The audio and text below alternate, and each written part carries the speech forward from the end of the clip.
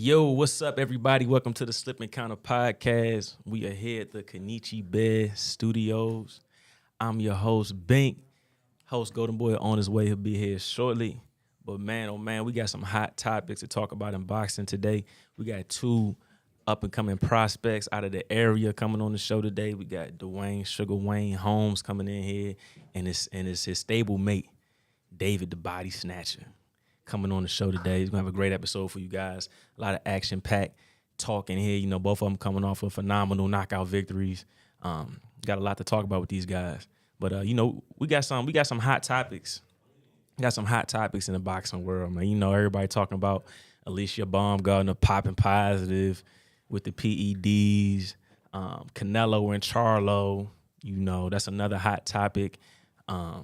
Crawford and Charlo, that's another hot topic. Gervonta Davis and Crawford is a hot topic. Man, it's a whole lot to unpack. Where should we even start? Let's go ahead and get the nonsense out the way first. Can we please stop talking about Gervonta Davis fighting Terrence Crawford? It's weight classes for a reason, y'all. It's weight classes for a reason. Terrence Crawford is doing his post-fight tour. He's going to all the major media outlets, and these folks don't know nothing about boxing.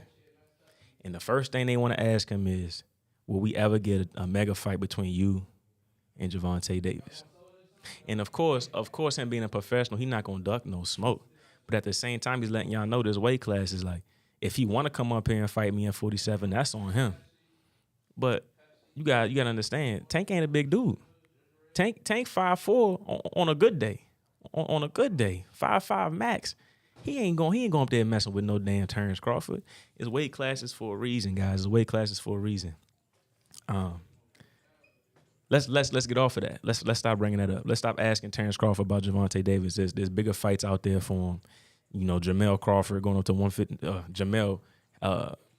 Damn, I forgot his last name. Jamel. What's the last name? Jamel. Yeah. The fighter. His twin brother, Jamel and Jamal. Charlo. I said Crawford. Charlo. I done lost my mind. Charlo. Here you go. Charlo. We got Jamel, Charlo, and Crawford is a way bigger topic than sitting up here talking about Gervonta Davis and Terrence Crawford. I had a moment of clarity where I lost my mind for a second. Lost my mind for a second. What's good, y'all? What's up? Cold? Nah, bro. I'm comfortable. You comfortable? Let me be comfortable. Let me get this out your way. Go ahead. Introducing to the studio, ladies and gentlemen. Introducing to the studio. What do he call himself? He calls himself El Doro, El De Nino, El Toro. There you go.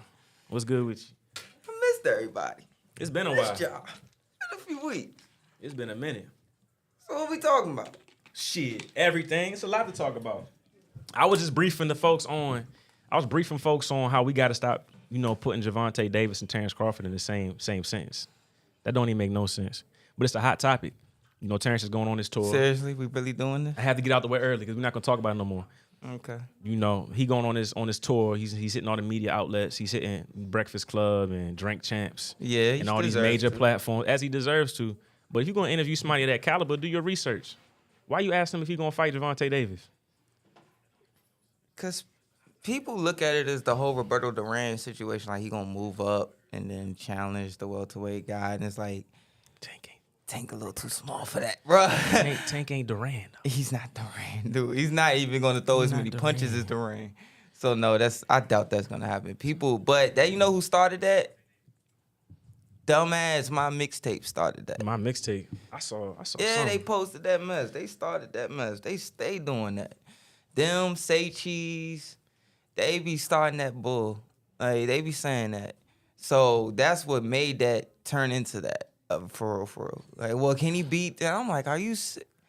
It's always the ones who ain't never been punched in the face before who got the most to say. The same band was talking about, Gervonta versus Canelo would be a great fight.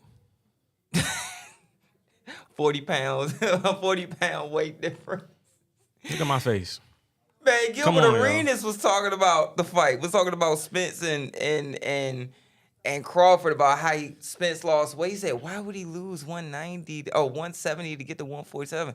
That's making me weaker, right? And I'm like, you fight at your lowest effective weight. Folks just don't know. They just don't know. 140 will make him weak. Right. 147 didn't make him weak, but now it's starting to make him weak after a few more fights. It's over with, so he has to go up to 154.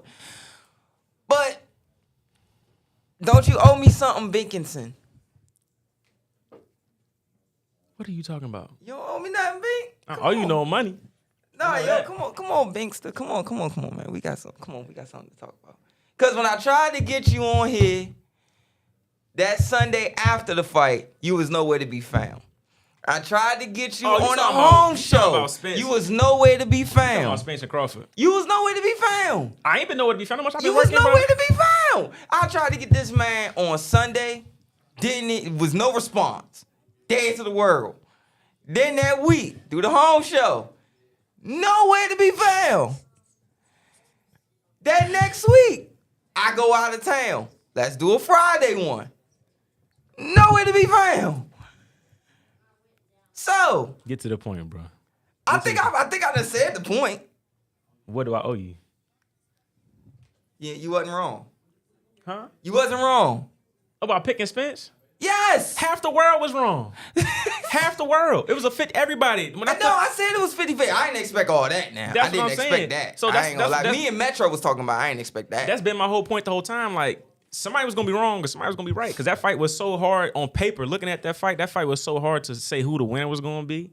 You know, everybody was just speculating and going off opinion and what we thought was gonna happen. Nobody actually really knew. And nobody knew it was gonna unfold the way it unfolded. Nobody predicted that. Nobody on nobody's platform predicted Crawford to go in there and wash him like that. You know what I'm saying? So it was just, it happened, bro. It happened. Have you talked about the neurological stuff and the skills and all that? Did you talk all this junk people got to say about EJ having a neurological issue and this, that, and the third?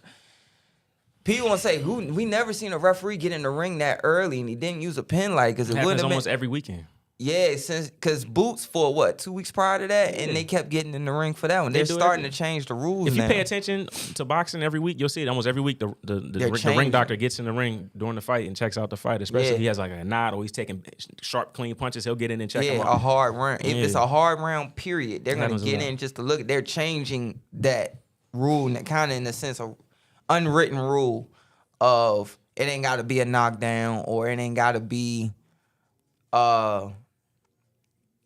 he got crushed in that round to get in. As long as it's a hard round, period, they're gonna start getting in there and looking like, all right, yeah, he's cool. Go ahead, let him go. Cause they did that with Boots' last fight, where they kept getting. I think he got in there 2 or 3 times before the fight was stopped. Yeah. So that's just how it goes. But nobody was saying this when EJ was the eye collector, the bone collector, that's what I'm saying, crushing these dudes, walking these guys down after the car accident. He was doing, after the eye injury, he was damaging all of these guys, taking a piece of these guys that these guys will never get back.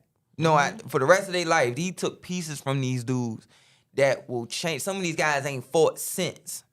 Because you make such a big payday, you want to take a rest, you deserve it or whatever. But I mean, like, some of these guys still ain't even in no talks of fighting because he put so much damage onto them.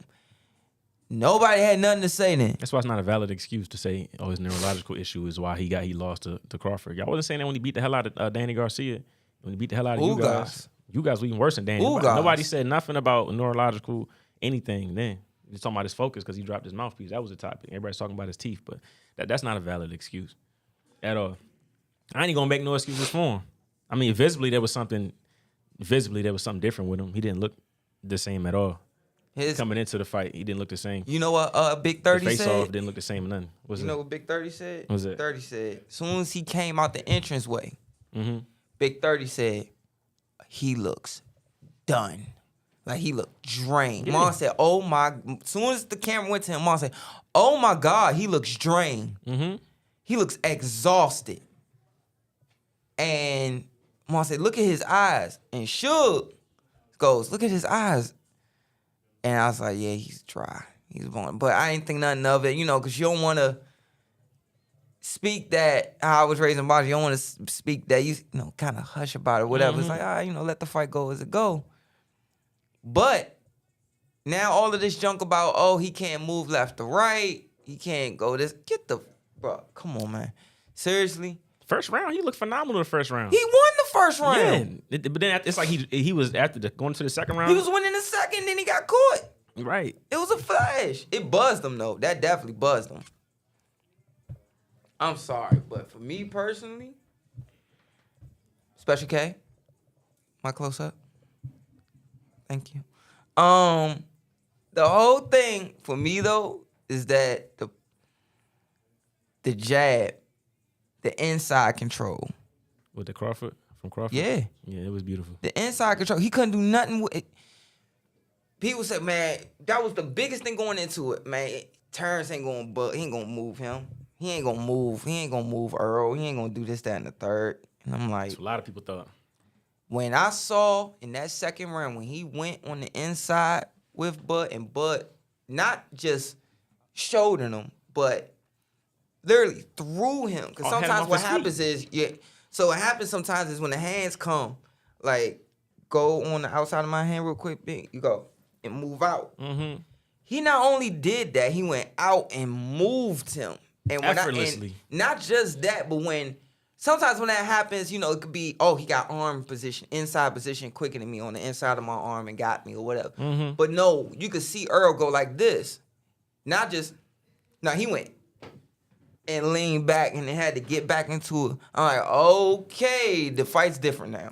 That's when I seen that. When I seen how effortlessly Terrence moved him, took him off his feet, he took a hop off his feet, and you seen Earl do like that smile, like that smirk, like, oh shit. Like that nervous, oh shit smile. I said, oh shit. I said, oh shit, and I kind of got quiet, and the second round unfolded. I'm like, then the knockout happened. I was looking at my TV like, or the knockdown. I'm like, oh shit. Oh shit. Flash. The flash knockdown. Like my jaw literally He measured dropped, that bro. Twice. He measured that knockdown twice. Mm-hmm. He measured it because first time he threw it, he overextended it because he knew Earl was going to overextend. Second time he threw it and he did this and pulled back.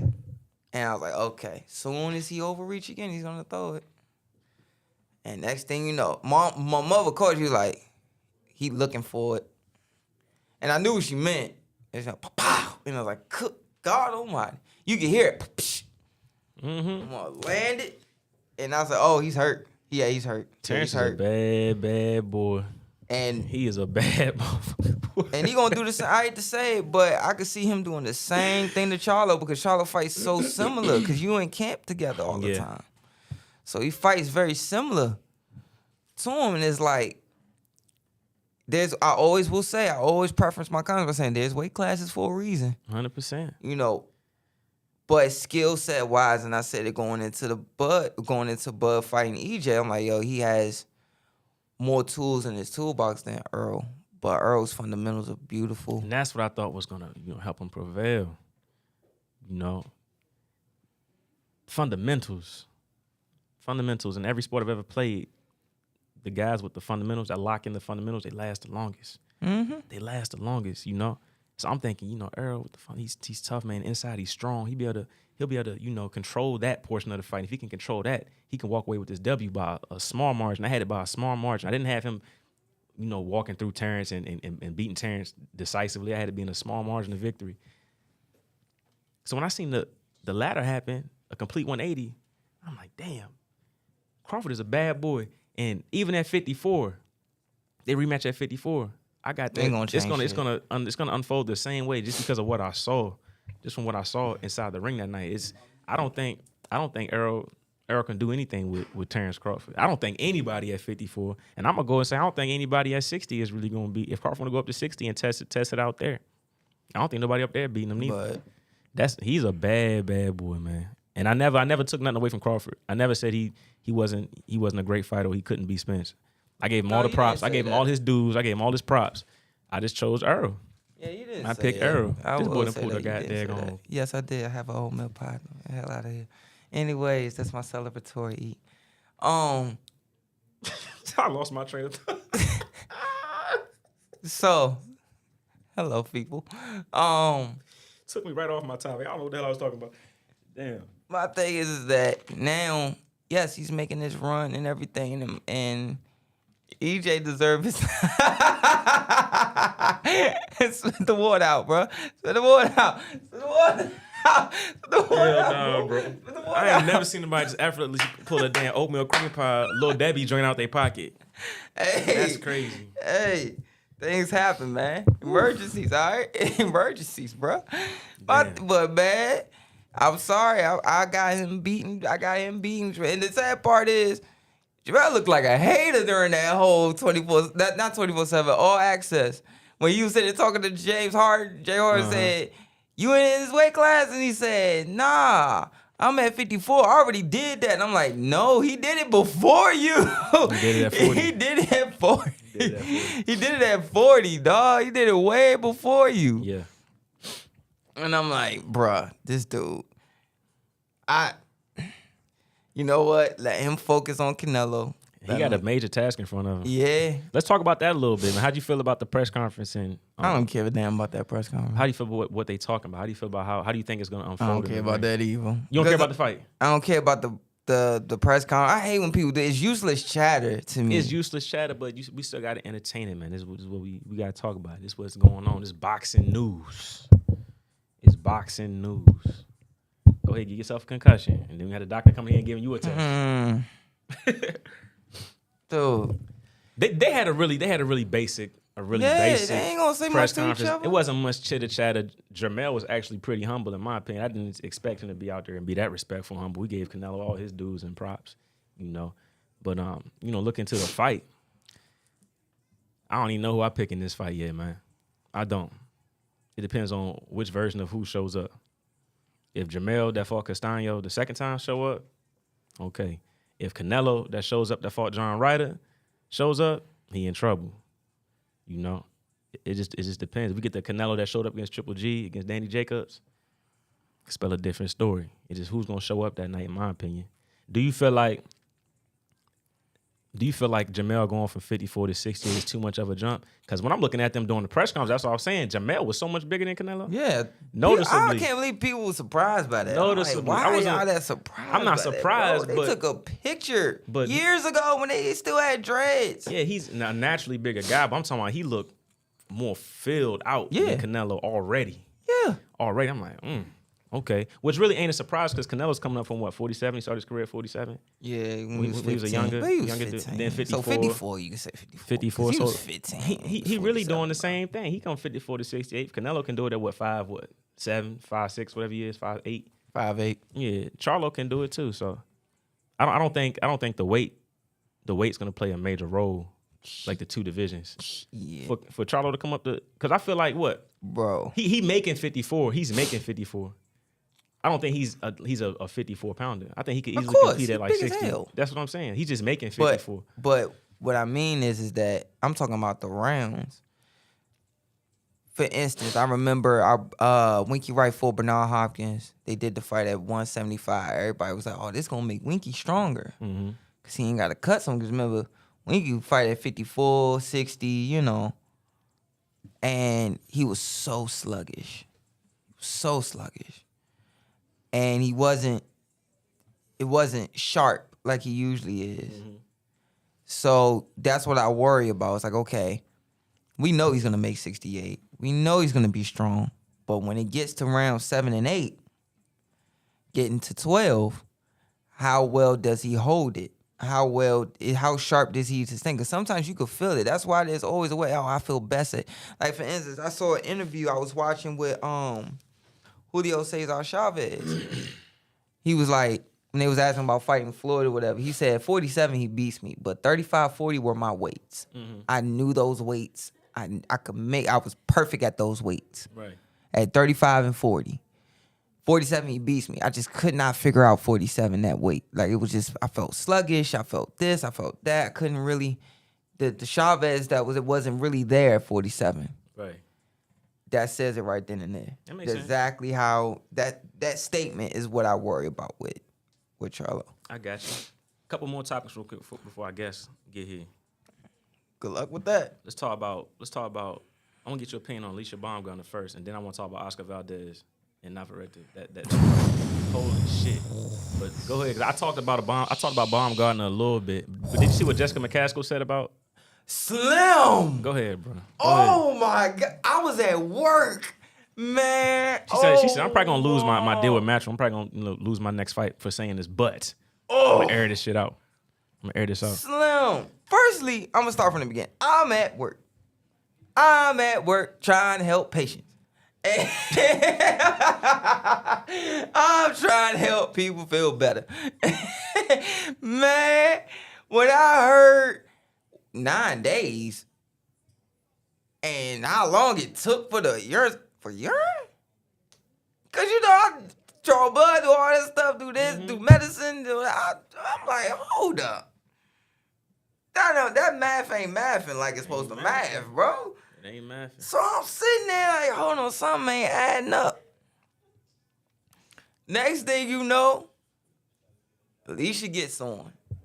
Mr. Nesto, the boxing voice, our big brother show. He get on there, she get on there, she defend herself, whatever. And then all of a sudden I hear another, let's keep listening to the show. Next thing you know, I hear another woman. I'm like, is that Alicia again? She called back? No. Because I'm doing so much at one time, I'm not really, like, who is that? Mm-hmm. And I hear, oh, it's Jessica McCaskill. And she go, anybody ever notice that all of these guys is popping dirty? All these guys are popping dirty for Matchroom right when because Dillian White's notorious for doing fight by fight. I own my own rights. I'm my own fighter. I will fight on your promotion, fight to fight basis. Right. I'm not doing that. And then they said the whole thing with Conor Ben, and I'm like, she just started breaking this down about the urines, and I'm like, oh dear, oh my. And she was like, so you think that this can happen to you? I think Nestle said, you think this can happen to you when you go into your next fight? Because I think it's her last fight, something like that. Or going. She's like, yes. She covered a buck, bro. I said, ooh. Yes. I was like, dang. Oh She real for my that though. God. She real for that because folks so easy and quick to condemn somebody off of a headline. They see a headline and they just run with it. Like it's the actual absolute fact. Like I can go on my website and post an article with a headline and put it on Facebook, Instagram, whatever, and somebody can read it and then just run with it like it's the absolute truth. That's just my opinion from my research that I've done. You gotta wait it out before y'all start running with these headlines and stuff. And maybe she did pop, maybe she didn't. But if you go and listen to what Jessica McCaskill said on the Boxing Voice, man, she really opened up a can of worms, bro. Like she really went down a wormhole, and she put her career on the line, really, to stand up for what's right in boxing and Alicia Baumgartner. So definitely go check out the Boxing Voice and check out that interview with Jessica McCaskill, man. Vicious, did she go there or did she go? No, she went there, bro. Like stepped out on her shield too. Like, nah, fuck that. I'm gonna tell the truth. That was incredible. My thing is, people want to act all of this about Alicia Baumgartner, but I'm like, bro. What about everybody else? Everybody, man, it's only because they got a crush on Alicia Baumgartner. That's all it is. Hey, y'all need to chill out. By the way, chill out, man. Be straight about it. Leave her alone. Treat her like you would treat any other fighter. Don't say it though because she got a curve. Because she got a curve. Yeah, man. Leave her alone, y'all. Hey, hold on, y'all, man. We got our guest in the building, man. Two phenomenal prospects up and coming from the DMV area, man. Our guys, we got DWAYNE Sugar Wayne Home and David the Body Snatcher WHITMIRE in the studio. Yeah, I got to stand up for this. What's up, bro? What's going on, man? Nice to meet you, man. Nice to meet you.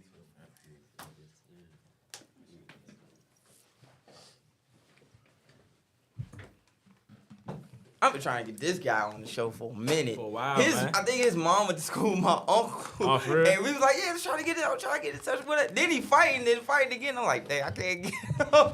Then we had June and July all locked up. Yeah. We've been asking about you, Trayvon. We had Sugar Wayne on here.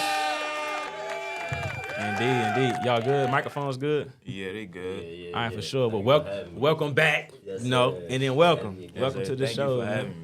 Yeah, for sure, man. So, both of y'all coming off of victories, knockout victories, phenomenal performances.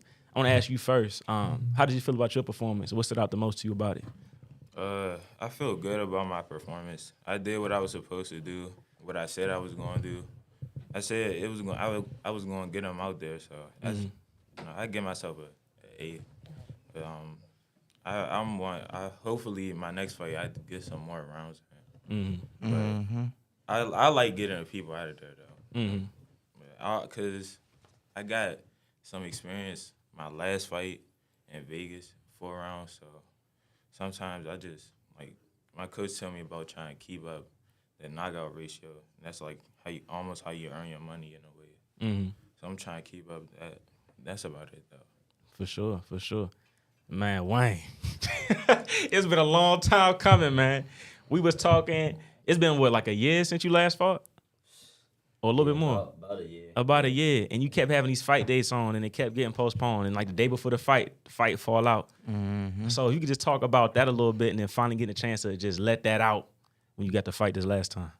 Man, it was a lot of ups and downs because, just training hard and then preparing, and then it just fall out. So it's like, it would blow me. But I just stayed in the gym, just stayed on the grind, till I got that call. And we got that call, then everything went through. Man, I just did what I had to do. Yeah. And I definitely, man, I was excited, man. Excited to be back. Like, it was some things I was doing in there. Like, well, after the knockout, I was doing some things. I'm like, I ain't even remember that. It was just excitement, man. I was just excited to be back. I said that the It hard felt way. great, man. It felt great. I'm talking about from the weigh-ins, the day before, everything just felt great, man. I was ready, just more than ready. Yeah. Man, I wanted that damn knockout back, and I even put it in slow motion to try to see what punches you threw. What combination did you throw, and did you set that up? Yeah, that was a 3-2. So what's funny about that, all week I was just studying on my opponent, and I told my dad I was going the 3-2. It was gonna be there. Yeah. That was gonna be there, and I was just especially after the first round, I seen it coming. I said, "Oh yeah, it's there," because I ain't really throw the first round. So when I seen it, I knew because I came back to that corner and I was like, "Yeah, this it, y'all. This the last one." Just the last round. Yeah. Coach Calvin was telling me it shouldn't go past 2 anyway. So Yeah. everything went as planned. You know what I'm saying? Yeah. You crushed. I mean, it happened so fast. I had to wind it back, and I slowed it down. I still couldn't see exactly what you threw, but a 3-2, yeah, it was vicious, man. It was vicious. Appreciate that. I saw the highlights from your knockout too. Is it kind of the same? Do you see the punches opening up? Yeah. Before you go to throw them? Yeah, it's like I be setting them up from the get-go. So as soon as I see the reaction I'm looking for, that's when I'm like, all right, I got him now. That's when I let it go. Yeah, So I want to ask you too, because we've had Wayne on here. He's told his story, his upbringing in boxing, how he got into boxing, and where he's got to in his career now. So if you could just go into, as a kid getting into boxing and what kept you in boxing, and how did you get to the point you are now? Let's see. My mom, she decided to put me in boxing. I used to play basketball and stuff like that at first. But then she said, once the season was over, she was like, we going to try and do boxing. So she's had already knew Coach Andrew from watching him fight and stuff.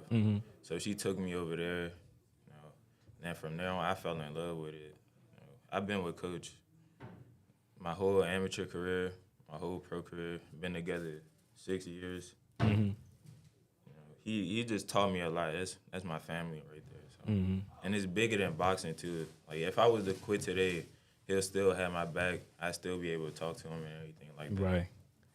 So yeah. And you just graduated high school, right? Yep. That's what's up. You gonna further your education? I might. I'm gonna do some like IT stuff. Okay. Probably next year because I just wanted to focus on my pro career this year and getting my fights up. Yeah. So y'all in the gym, triple threat gym. I see the T-shirt, man. Yes, sir. Y'all guys in there like some Avengers or something, man. When I see y'all training videos, everybody is technicians. Everybody's like robotic, and it's systematic in y'all's approach to y'all's training. So if y'all could just go into training with each other and like what's the camp life like? Which one? You could go first. All right, so just all of us training together, we all push each other. So it's a brotherhood. Even like sparring, everything from outside of boxing. So that's why it's such a brotherhood. It's like it's like family. And then it's like just Coach Drew, he amazing teacher, man. He amazing teacher. Every day you learn something new. Like I've been boxing for a long time, so like I thought I knew a lot. I don't know nothing. When I got trained by Coach Drew, he told me a lot. And it's like I said, every day we just learn something new. We help each other out. We look at each other strong abilities, and we question each other. How you do that? Woo woo, this and that. Right, so right. we always, man, we just always sticking together. And it started with Coach Andrew though. He the main one. It's just something about him. It ain't just a coach. He a teacher, mentor. It's just beyond words, man. Right. And we all appreciate him. So that's the thing. Like we all got in common though too. We all appreciate that man, cause we know like a lot of where we at right now, we wouldn't be without him for real. Yeah, Like, that's big what's up. facts, yeah. Big respect to Coach Andrew, man. No, Yeah, for real. I had the honor of training with Drew. And I watched him when I was a little kid, coming up at the convention center, and fighting all these big fights, whatever, MCI center. And the thing is that he came from that last little bit of line of teachers when he was fighting. And he came from such a tough era. I think that's what makes him. Yeah. Because I had the pleasure of working with him more than a few times, and the things that he taught me and added on top of my, like, oh, this is your father teaching, and he added this on top, this on top, this on top. So yeah, and I think that's where it definitely came from, because he came from a very, very dangerous and tough era, and it's like, okay, I've been there, done that. So that way I could tell y'all this, that, and the third, and this is where, and I think that's where it comes from. Indeed. How about you, Dave? I couldn't agree any more with Wayne, but one thing he forgot is like the fun we have in there. Like it's not just serious all the time. We be in there cracking jokes, messing with each other and all that. Like it be like mainly my brother.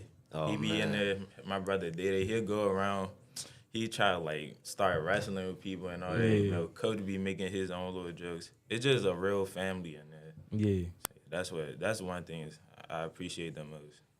Indeed. So it seems like there's like no egos in the gym. Everybody going in to learn from each other. So I'm sure y'all shared the ring and sparred a little bit. So if you could tell, what are some things you learned from Wayne, and then what are some things you've learned from sparring with Dave? It's been a long time since I sparred with Wayne. I think last time I sparred him, I was like 14 or 15. Oh, for real? Yeah, been a minute. Yeah.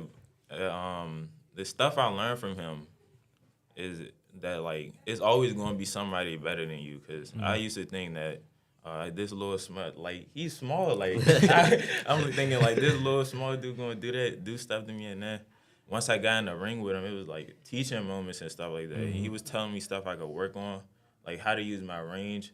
I was just bending down to his level, fighting on his level and stuff like that. So it just gave me an edge and experience, and just really helped me out a lot. For sure. All right, so sparring with Dave, man. Like you said, Dave was younger, so Dave had a lot of energy, you know. So Dave was constantly coming, He gave me pressure, things like that, and him being coached by Coach Andrew, man, he wasn't boxing long, but he was advanced. So it was like, you know what I'm saying. And then sparring him, it was a pleasure helping him grow, teaching him things and giving him pointers, and then he'll use them pointers against me. Right. So then it would be, then it would give me a challenge, you know what I'm saying? Right. So it was great experience, man, great experience. For sure. So the basically, iron sharpening the iron. Yeah, that's what I was about to say. It seemed like basically he watched him turn that corner. Yeah, Watched him definitely. turn that corner and then started to get, he's starting to get sharper with this and this. Yeah, that's always with the mango. Yeah, definitely. It's people watching this, especially younger fighters.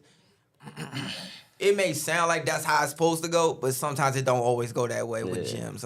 So that's why that's why me and Bink are pushing that narrative of how you see how they're talking about, man, help him get this way. And then he was doing this, and then he's getting better at that. So, because that's a beautiful thing, because it's like I always say, it's a lonely game, and it's good that they're all in camp together, because it's like, I'm not in it by myself.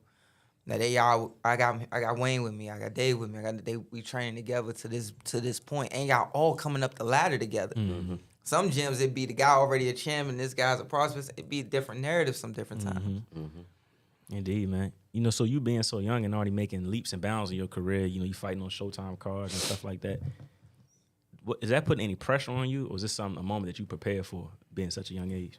I say it's like kind of both, cause I never even thought I was gonna get this far, if I'm being honest. So for me to just do that and, like break my own expectations, it's really cool. I'm blessed for it. But I also feel like it's a lot of pressure on me, cause like it's like almost like all eyes on you, cause I'm so young. I'm probably like, I gotta be the youngest in the DMV doing this type of stuff.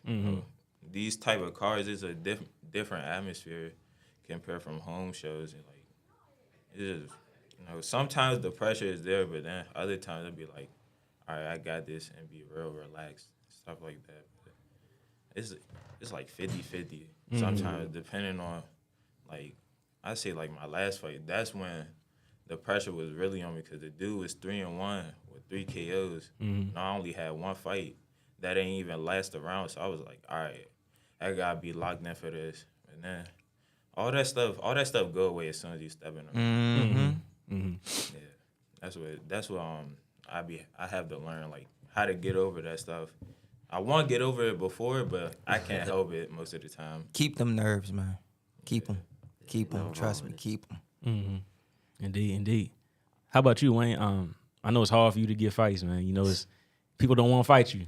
They don't. Just being honest, guys don't want to fight you, man. So, what's next for you? Like, what's your next attack that you're going for? Whatever card we can get on, whatever I can get on, get an opportunity. I'm in the gym, just staying ready, just stay on the grind. Yeah. On to the next. That's it. Man, I know Al had to see that knockout, man. I know Al seen it, man. I hope so. I know Al seen it, man. We got tagged, Showboxing, PBC, whoever we got tagged, we got to tag them, man. Yeah. Because, you got Trayvon, he fighting on Showtime. We got Dave on Showtime. We need Sugar Wayne on Showtime, man. Definitely. Sir. It's coming soon, man. Coming soon. Like I said, we just grinding. We grinding. You're going to see. You're going to see where all the hard work pay off at. Where it's going to kind of pay off, because still the hard work still not done. Not finished. Right. What's your record now? I'm 5-0 for knockouts. 5-0 for knockouts. Yes, sir. Yeah, it's coming, man. It's coming. How's your dad? How's he now? I remember talking to him on your pro debut, and he was like, man, he was a little nervous. The pros is he was a little nervous. Yo. Yeah. He good. I mean, he always nervous. He not. It's more like his nerves for me. He just nervous to see what me gonna be there. Yeah. In a way, I guess. But he know I got it though. At the end of the day, he know I'm good. That's just that father. You know what I'm saying? That father. Father instinct. Yeah. He always gonna worry about you a little bit. Yeah. Facts. Yeah. And then Dave, you fighting on Showtime, so I'm pretty sure you already got stuff locked in. You already got a routine or a route for your career already locked in. Can you give like a roundabout next time we see you in the ring? Should be October. October. I wanted it to be September, but he said nah. So it's gonna be October for sure though. Okay. And you mentioned there's a little bit of pressure for you being so young and carrying that weight of being the youngest guy in the DMV, doing what you're doing. So going into this next fight, what are some things you look at doing to kind of relieve that pressure? No, mostly I be talking to my mom, my family, stuff like that. I talk to coach. He talked to me about like stuff before the fight, and then just me being there, talking to my teammates. That really like relieve all this stuff for me. Man, I couldn't imagine, man. I remember, what were you, 17, 18? 18. When I was 18, my mental was not ready to carry the workload that you carrying, man. I wasn't ready, so I just tip my hat to you for being so mature and just taking the step forward to, put that much on your plate, and you eating it. You ain't shying away from it, you eating it, man. So I just want to commend you for being so young and carrying that torch, man, and doing it as great as you're doing it. You got a tremendous head on your shoulders, and your heart is big. You got a big heart, I can tell. So I see a lot of positivity and wins coming in your future, man, for sure. I appreciate that. Yeah, both of them. I think besides Jalil, the last person to do it this young in this city, I want to say, is Dusty. I think, right, when we was kids, right, it was like, Dusty Turnbull was the youngest pro. Yeah, so it's a big deal, especially coming out of here, with so much talent, for him to get that, trajectory where he's going, yeah, it's a big deal. Yeah, it's a very big deal. And he wants to stay. I heard he said something that if you wasn't paying attention, it would blow over your head when he said, nah, I wanted it to be September. I wanted September, but nah, they told me no. They told me, they had to tell him no. Right. So that means that he wants to, man, let's get this going. Let's get this going. Let's keep this going. Indeed, man. Indeed. What's life like outside the gym, man? Oh man, lights outside the gym. It's cool. I be doing my fitness, Sugar Fitness Right.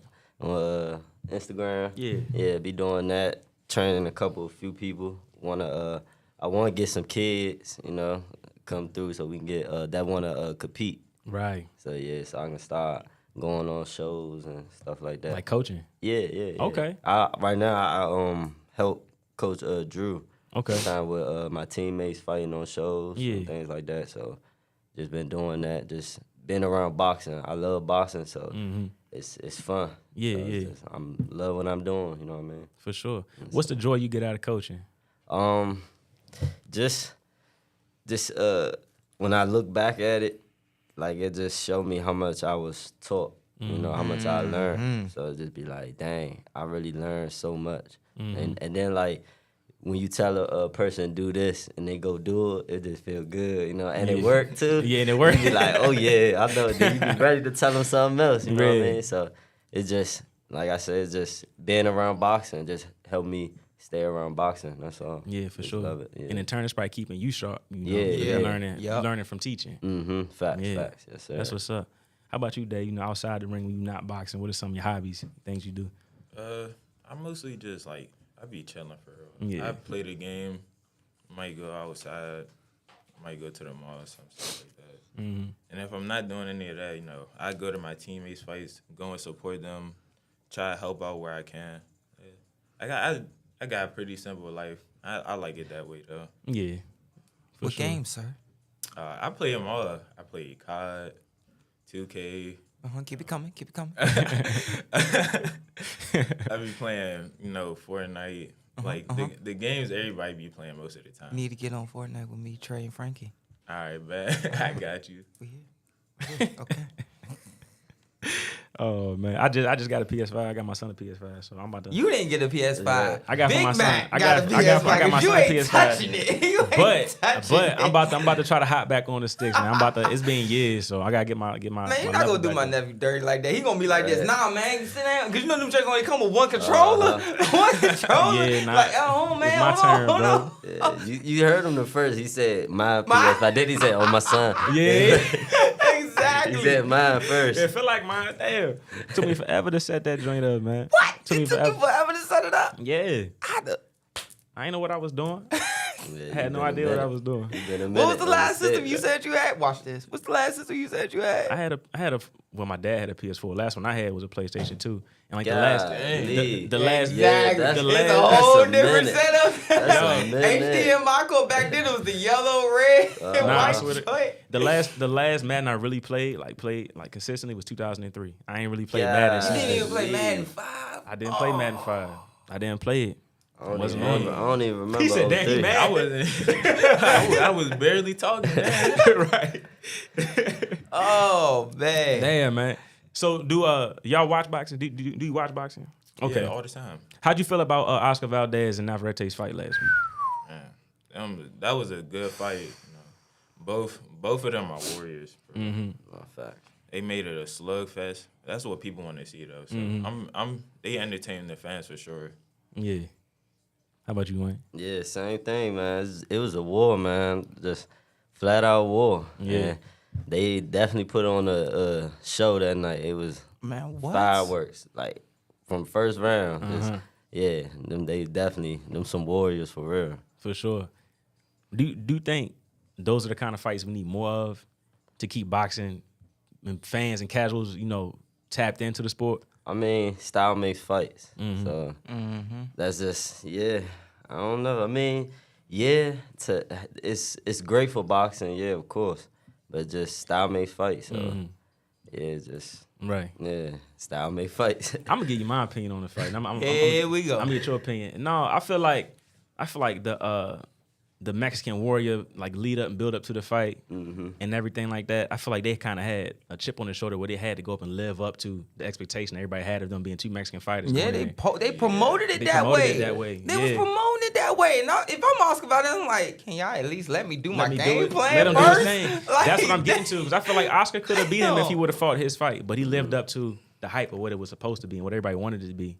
And he kind of took a disadvantage out of himself to win the fight. Do y'all see it that way? Or am I tripping? Yeah. I see what you saying. Yeah. I see what you saying though. That could be like a lead up, all the, like y'all said, the way they promoted it. So in a way, but who knows? Maybe that was his game plan from the beginning. Right, to right. Go to war. Maybe he felt like that's what he had to do. Right, to win, huh? Because I ain't never really seen Valdez in an easy fight. Like Yeah, true. just box and get through it. Yeah, he Every always fight be, is he one of always them. be busted Yeah. up. He always be swollen broken up. jaw. His jaw was Yeah. split. He Along with definitely that. a warrior for real. Like he got some battle wounds for real. Yeah. His fights got a little easier when he got with Eddie. Like the easiest fight was supposed to be his toughest one. That was with when he had his knockout of the year. Oh, Burchell. Burchell. Yeah. But to both of them, those Guerreros Mexicanos, you know, like they was giving it up. They was giving it up. But Navarrete was too strong. Oscar boxed. Like you saw him move. He was moving in there. He was trying to set that up. That's why I be telling people about there's weight classes for a reason. And there's just some dudes that, man, I got more skill than this guy. I got this, that, and that. But this dude just hit too damn hard. Honestly, I said it so many times. So many great fighters I done had the privilege to talk to that was around my dad's era to now, whatever. It's like, man, they be like, man, I remember one, like, I don't think I told this story. It was one fighter. He was telling my dad, he said, man, I'm out there, dude, strong, working him. And he said, all right, this dude could crack, but he'll start to, simmer down around the 6. Around that 6th round, that man came back to the corner, sat on the stool. Yeah, cut the gloves off. It's over. He said, what you mean? He said, man, cut the gloves off, man. He's still hitting hard. This dude's still cracking. It's just some dudes that just, and the thing that pisses me off about Navarrete, the thing that just irritates my soul is that his skill sets is some trash, though. Like, his skill sets is, I hate to put it that way because he a world champ. And I tip my hat to him because he did the work to get there. Yeah. Make your money. But he don't work on nothing. He don't work. Like he works on this hook off the jab, work on this 1-2. But he bow and arrows his 1-2. He pulls and falls in off the hook in the right hand. Like I'm like, but he just strong. Just naturally one of them wiry guys with not a lot of muscle build. But when he hits you, he know. But I never get my dad said, man, when you see guys like him, those them dudes that slow as molasses, do not let them hit you. Because when they that slow, when they land it, you gonna feel it. You gonna feel that thing. Indeed, man. So let me ask you, talking about Navarrete and Valdez, it was a war. Do you guys prepare when you in camp for a war, or for a possibility of going to war like that? Was that something that you guys are trying to avoid? I mean, I think any fighter would want to avoid having a fight like that. You're not gonna last long. Keep taking them type of fights. So, but our coach, we prepare for anything, regardless of what it is. Even if we got a 4-round fight, we gonna train like it's a 12-round fight. We just gonna coach make sure we just know that it's danger coming toward us. And it's never gonna be. The person might be a dirty fighter. Might make it easy for you, but we just prepare for everything. Yeah. How about you, Wayne? Yeah, we prepare for everything, man. And then we not only that, we prepare each other and spar, in-house sparring, everything like back to earlier. We just that comes from everything from us pushing each other and giving each other advice. So just Coach Andrew just make sure everything covered just in case. I feel like you kind of you want to go in there and kind of bang somebody else. I feel like you kind of want to go in there and get them out. I ain't even gonna lie to you. I do want. I can't wait till I give me a good. Yeah. It's coming though. Yeah, it's coming though. Yeah, for sure. I can see because your intensity after when you knocked him down, you was stomping the cam. You was like, get up, get up. You know what's crazy about that? I was like, yeah, I was hyped for you. Me and hard work, right, standing right there watching him, right? Man, matter of fact, even in the dressing room, I look at that and say, Sugar Wayne itching. Yeah. I'm telling you, itching. man. Like, Hey. as just, I was in the back, man. I couldn't even sit down for real. Yeah. Be honest, I was back there jumping rope. I was I was just excited, man. Just Right. ready. Telling you. Bruh. We back there. So you could see it get worse and worse, him chomping at the bit getting worse and worse. As the fights were going on, it was like, all right, I think the first fight, I think Magic stopped his dude in like the third. So it was like, all right, then it was Trey. Then it was Kale. So it was like, you could see as I keep going back to the back after each fight, he's sitting, now he's moving around, now he's bouncing, now he's gloating, now he's moving back and forth. And I'm like, he is chomping at the bit right now. So it's time for him to walk out. You know, I gave him a hug, told him, man, go do your thing, the late man go be safe, whatever. And I can see him, he just sitting there pacing back and forth, like, come on, let the music drop, come on. He's waiting. Look, he's going back to it right now. Yeah, I tell you, I was, man. Like I said, man, I was doing things I ain't even realize. Like I was looking at it, I was stumbling doing all Yes. that. But Yeah. even when I got on the ropes, Bro, you was feeling the mouthpiece. I jumped off, man. It was so many people telling me, I thought you was gonna do a backflip. Yeah. I jumped off that jump. I was like, man, I don't know. I was just excited to be back. I won't do that no more though. But I was excited to be back, man. I'm telling you. That's that passion, when, man. When he dropped the 3-2, me and Dad was looking, was like, oh, hang on, this dude gonna get stupid going to the inside, and his head gonna be right on line. And then Dad said, before you, like right when you loaded it, Dad said, there it is, and then it landed, pow, and the dude goes down. And you can see him going, get up. Yeah, Tell him to I'm not get done up. yet. Nah. I knew he up. wasn't getting up though. I ain't gonna lie. I knew he Like, wasn't nah, I've been waiting a year. Get up. Yeah. So we standing there, right? When it was over and he took off, Dad was like, man, that's a whole year built up in him that's letting out right now. And to be honest, I don't think you still got all that pent up frustration out yet. I think it's still in there. Nah, you that's know? what I said. Hopefully we be back real soon. We right back in the gym grinding. For sure, man. For sure. Dave, what's one of your favorite, like a memory in boxing that's special to you, that stands out to you? Dang, that's a tough question. There's a lot of them. A memory in boxing, I say my pro debut. That's gotta be my all-time favorite one, cause that's when I had fought on YouTube. You know, Right. my first pro fight, and the big screen, the arena, all the people, the experience after, it was just real different from the amateur experience. Yeah. Yeah, so that was my favorite memory. What did you walk out to that night? I think it was a Future and Kodak, one of these songs. Yeah. That joint had me turned. I was ready to get him out of there. Because I'm looking at you, man. You really, almost every fight I meet, y'all got the same demeanor. Everybody's cool, like, man, it's whatever. You know, it's cool. Then as soon as y'all climb through them ropes, it's like y'all flip a switch and it's like a different person. Oh, yeah. It's a cold-blooded killer in there.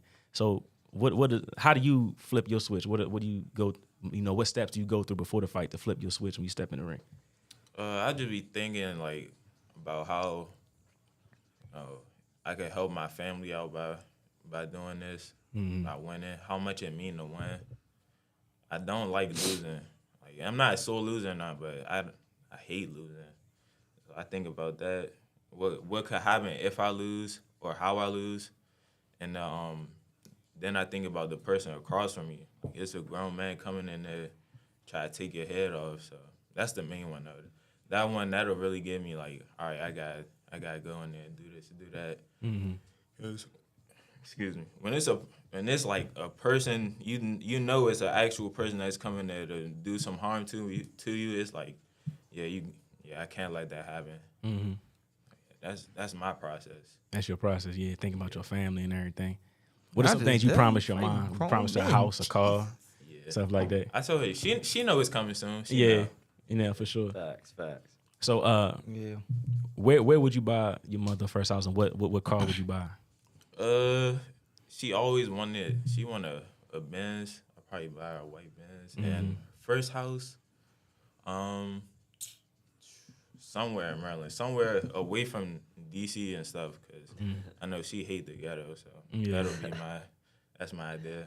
Yeah, that's motivation right there, man. That's motivation. How about you? I know you probably got, you know, think I've asked you this before, but you know, like a favorite memory or moment in boxing. Memory. Well, I say same as Dave, just my pro debut. That's like the most recent. So, cause it's just making that next step. You know what I'm saying? That transition, just it's different. It's totally the atmosphere. All that's different than amateur training, the preparations, the weigh-ins. Everything's different. So it's just like, okay, I made it to this level, you know what I'm saying? So now it's time to make your mark and to let them know you here to stay. Yeah, for Yes, sure. sir. And I want to ask you too, man. I know, you know, coming out of the amateurs, being a kid, everybody was, you know, Sugar Wayne, he's the next one up, right? And then you made your pro debut. So do you feel like there's kind of like a load on you where you got to carry this status, or you feel like I'm just gonna do my thing and let it come as it comes? Yeah, I don't feel like it's a load or anything. I just do my thing, man. I just do what I love to do, and just I got my team, so that's all I care about for real, just me and my team. So long as my team got my back and they pushing me, you gonna see the best me. So For sure. we For good, sure, man. Yes, sir. And I see a change in you since you switched up with Coach Drew and you came to Triple Threat Gym. There's been like almost not that you weren't humble before, but it's like you're comfortable. It's like the dust settled and you can. Now I'm just gonna move forward. I'm gonna take these steps now. You're not really worried about outside influences. You really locked in. Yeah, I feel like it's just feel like God brought me brought me and Coach Drew together. Is everything, cause this, even if I tell you how that came about with me being with Triple Threat, it's crazy. It's a crazy story, but like it's really God timing for real. So I'm just grateful, blessed, all that. You can go into it if you want. I mean, we got time.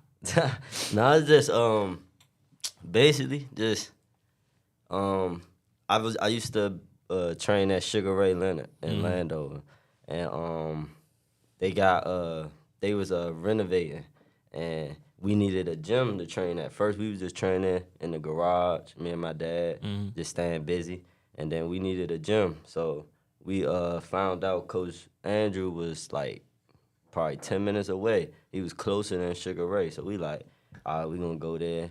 So we started being there. That's where I met Dave. I met everybody. But I wasn't really a part of the gym. It was just like we was just training. And then as time go on, next thing you know, everything just came together. And then we all became one. And I joined Triple Threat. And we went out. I had a few fights. I fought the qualifiers and stuff like that. And we noticed how, even my dad, he noticed how my game elevated since I've been with Coach Andrew too. So it was just everything happened, man. Then I went to qualifiers. After that, I told Coach Drew I want to turn pro. He was like, I'm rocking with you. I'm right behind you. And just it's been history since. That's what's We've up, been taking man. on, yeah. Do you remember when he first came to Triple Threat? Yeah. How was that? You remember the experience? Yeah. The first time he came was actually the first time I sparred him. Okay. I was just wondering who he was. My coach said he had a name. I was like, all right, I gotta see this myself. You know what I mean? Right. So he went in there, got some work. It was good work, and I was like, all right, I see what Coach's talking about now. Yeah. It was just, I always got respect for people, but it's a different type of respect now, cause he made me earn it, stuff like this. And then from there on, I started seeing him more and more often. That's how I knew. I was like, yeah, he about to be our teammate sooner or later. Y'all kind of click like instantly. Everybody in the gym, y'all all of y'all locked in. Yeah, That's what's up. That's what's up. You know, some gyms everybody ain't locked in. It be little side conversations and stuff, but that's special that y'all got that kind of relationship in the gym, man. Yeah, bless, man. Bless for it all. Just the whole team, man. Everything. It's just not Coach Drew. It's the people around him, because he don't just let anybody around him. You feel me? So it's like even the people around him, just everything just great, man. It's beyond words. For real. Yeah. So Dave, like when you looking at Wayne, you seeing him training and stuff he been through, trying to get fights and fights is falling out. What are some things you telling him to keep him motivated, and how far do you see his career going? I see it going very far. hopefully we can all be world champions. Even if, God forbid, that don't happen, you know, we still gonna be able to feed our families and make money off of this sport. Mm-hmm. And then the stuff I tell them to keep them motivated is like, it's gonna come. I tell them eventually you're gonna be fighting on the, you know, the Showtime shows. Just tell them be patient, stay down. It's all gonna work out in the end. Mm-hmm. Yeah. How about you? Because you know you probably one of the old heads in the gym, right? Yeah, you one of the old heads. I'm one little vets, a little bit. You one of the little vets. Yeah, Yeah, man. man. For a minute. Yeah. So what are some things you know you in his ear in private telling him, you know, man, you a young boy, but you know I see this in you. Man, just I always remind him that I'm just super proud of him, and I always remind him that I see the growth, and it's just like amazing. Like I said, him being with Coach Drew, just seeing him. I've seen a lot of fighters, man. Like I said, I've been boxing. I was 7 in this area, not even just this area, just this period, and he surpassed so many people. Even Already. Man, even at his age, he surpassed me when I was 18. Man, I commend him for that all the time, man. He's man, just not even just that, just outside of boxing too. He's a great young man. Like I watched him from 15, 14 growing up, and nothing but respectful. He's humble. Man, I'm telling you, it's certain things he don't know that I look at. And I'll be like, dang, let me straighten up. You know what I'm saying? He probably don't even really know that. So it's like, Right. This is it's what just, he doing. He motivating you to kind of you know what I'm saying? So it's That's like, what's up. it's just, man, like I said, man, it's like, it's family, man. We just all so comfortable. We not scared to tell each other what we need to hear, what's need to be told. It's family, man. We might have days, it might be days sometimes we be mad at each other too. It's family. We family, man. And in the day we gonna get over it, and we all rocking with each other regardless, even after boxing, you know what I'm saying? I'm gonna forever rock with my teammates. Indeed. My brothers, man. That's They love. more than teammates, yeah. That's love, man. Yeah. The game already lonely enough as it is. Man, what? Who you telling? Indeed, man. You know, speaking on that, you know, I don't know how you talk about this, but you know, your teammate, he had a tough moment in the ring last weekend. He had a tough moment. Trayvon had a tough moment. So, you know, with y'all being so locked in and being so family oriented, how are y'all keeping him here where he's good and keeping him to want to take a next step to get back in the ring?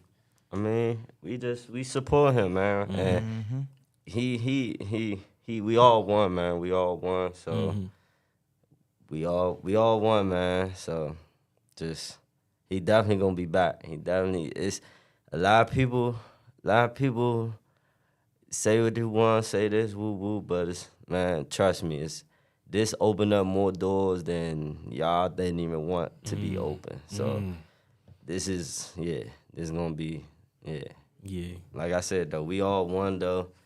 We all support each other regardless. So Yeah, I'm not gonna lie, man. It kind of took me aback, kind of hurt me a little bit. I'm like, damn, because I know how evil this sport can be when people turn their back on you, and close the book on you, and write you off.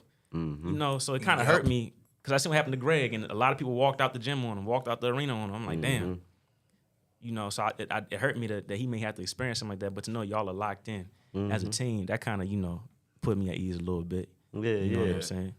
How about you, you know, Dave? How you feel about, you know, Trayvon and where he's going next in his career? No, he only gonna go up from here. But speaking on Saturday, you know, after my fight, it really crushed me. You know, that's like my big brother. You know what I'm saying? So after that, you know, it got real emotional, all that type of stuff. It was hard because I won. I can't even celebrate my win now because my brother, like, because he lost, but he gonna be back. He in good spirits. definitely. Ain't nothing to worry about. You can't never count somebody like him out. It's Man. hard. Hard to do that. Especially with all them skill sets. Right. So he gonna bounce back. Al and them said after this fight they gave him calls, said we gonna get you back. Ain't nothing to stress about. Right. Let the people say what they want. It don't matter. We still gonna do what we do. Yeah, that's important, man. You know, to rally behind him. And I don't know him personally. Haven't met him, had a chance to come in and talk to him yet. But you know, it's passing message that, you know, we behind him. Ain't anybody walking away. Yeah. I've been telling everybody down Hagerstown by Trayvon. I'm like, yo, watch this clip. Watch. I'm sending them your stuff too. No, Wayne, you gotta watch Wayne. I share Wayne stuff. I'm always talking about y'all and Coach Andrew in that gym because y'all really are like the standard. In my opinion, y'all one of the highest, most accredited gyms in the DMV.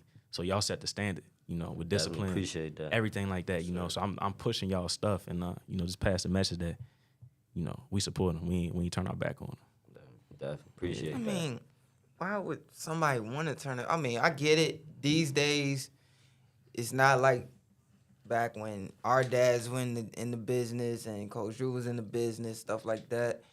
And even the 80s, I get it. People trying to push this narrative about having an old, but Johnny Tabby had his first draw. The Marquez brothers lost early in their career.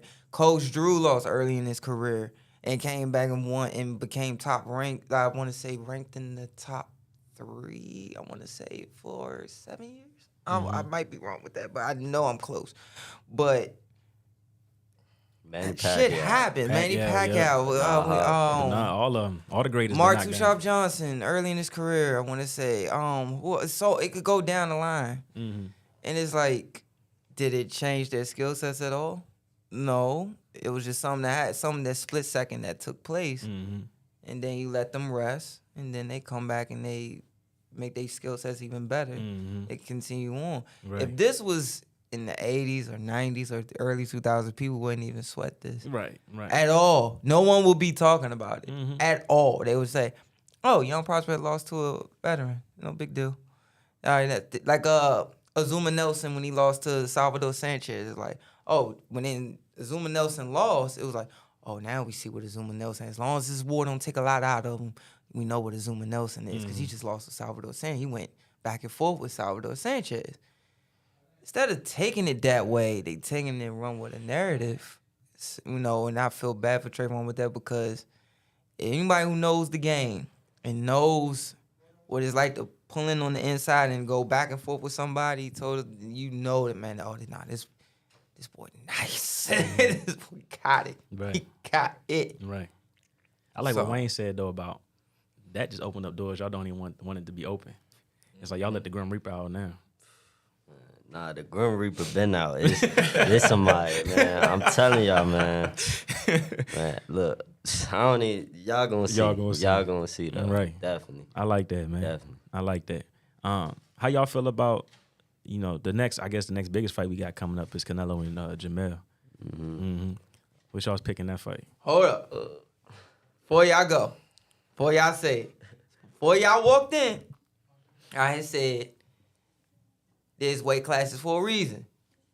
Now, we all know he's going to make 68. We already know he's easily going to make 68. He's going to be strong 68. But I used the example of, remember when Bernard fought Winky Wright and he put Winky in that trick bag to fight him at 75? Everybody's like, oh, man, Winky going to be stronger. And Winky was sluggish as it got past the 6th round. He got sluggish. That's what I think might wind up happening. He gets sluggish, starts to slow down just enough to where Canelo starts to pick it up more or get things to where he wants it to be under control. So what y'all think? I say if that doesn't happen, I think Charlo could pull it off. Yeah. Canelo got problems with people who can move their feet and box. So And he's have a getting good older. jab. Yeah. That, and he's getting older. You know, he just might, if you're a stationary target like this, he gonna beat up on you all night. So if he could stick to his game plan and move, and that extra weight don't slow him down, I see him winning. I'm gonna come back to you on that. Go ahead, Suge. Yeah, I'm rocking with Charlo too, man. Honestly, I ain't had no pick, but I'm rocking with USA. You know what I'm saying? And like you said, long as he stick to the game plan of moving his feet around and keeping his jab, keeping him on the base, and don't just sit there, I think he'll pull it off. Yeah. I can see that. Go ahead. To all three of y'all's point, you remember I said this a few shows ago. Canelo can go in there sometimes and look like Sugar Ray Robinson sometimes. Look beautiful. But anytime he come across anybody with a commanding jab, he look lost in a white dude in Southeast. I swear on everything. Like, every time anybody got a decent jab, he freeze. Every single time. Every time, everything throws off for some reason with him. He free. All of that slide, all the stuff on it goes out the window. We saw it with Danny Jacobs. We saw it with Floyd. We saw it numerous other times in his career where if you have a jab, Austin Trout. We saw it with anytime you have a jab and you commit to your jab, you can make lots of uncomfortable situations for him. And Charlo's jab is it ain't like me and you's jab, whereas, you know, we'll sit there, we might throw it, and then we might shoot it from here, we might throw it from here. Out. Never, shout out to Big Wayne, man. I never forgot what you told me when I was like 17, 18, 19 at Keystone. I was working, he said, boy, you got a good jab, but remember, why you keep aiming up here? I said, because I could make his head. So he said, yeah, that's good. Make his head go up, come back down. But, man, the jab is the only punch that you can shoot from any angle. You can shoot it at any target, anywhere you want. Collarbone, hand, head, whatever. Sure, Wayne and myself, they might shoot it here, whatever. Fangs you, little whip it, touch it, shotgun it. But Charlo, similar to your jab, it's consistent from right here, and it's a piston. Non-stop, it's going to come the same. You might change the timing on it, but it's going to stay consistent. Boom, boom, boom, boom. And no matter what, when you pick that shot, it's one of those type of jabs that no matter what, even when you pick it, it could, and it hits you, or it could go through your guard. That could be a problem for Canelo. That could be a big problem. Because if you don't get by that jab, and you know how Canelo do sometimes when the jab comes, he'll bounce back twice. He'll slide back, hop back twice. And then if you let somebody like Charlo, because he's going to get to 68, he going to think, oh, I feel big, I feel strong. Let me see if I can muscle him a little bit. I'm already naturally bigger than him. Whole different dynamic to the fight now. What you think, Bink? Nah, I agree 100%. I agree 100%. I can see Charlo walking away with the victory, but like I was saying, it depends on who shows up, who's gonna last in those championship rounds, who got the better conditioning. Is Charlo going to 68, and then getting to the later rounds, round 9, 10, 11, is he gonna be able to keep that same pace, or is he gonna slow down and then just be a target for Canelo to start whipping them hooks to the body, and get stopped? But I can see it going either way. And then it's which Canelo shows up. Is he going to be able to slip the jab and use this movement? Is he always going to be the guy that fought John Ryder behind the high guard, try to walk him down behind the high guard? No head movement. That would be a problem. Is who's showing up that night? So I kind of got to see it. I can't really pick yet. But honestly, being a Canelo fan, I wouldn't mind seeing Charlo win this fight. You see, so you picking Charlo? I'm not making a pick. I said I wouldn't mind. I can't make a pick yet. I can't make a pick yet. Too early? Too okay. Early. All right, so I'm going to throw this back to all three of y'all. Now let's speak from Canelo's perspective.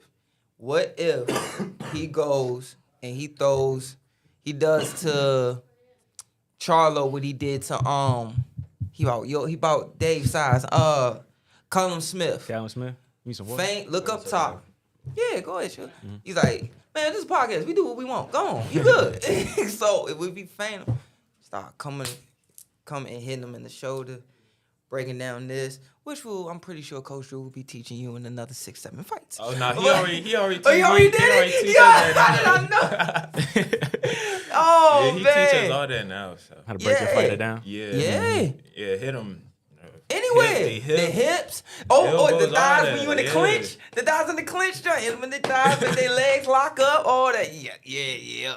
So, but he starts to hit Charlo. Faint.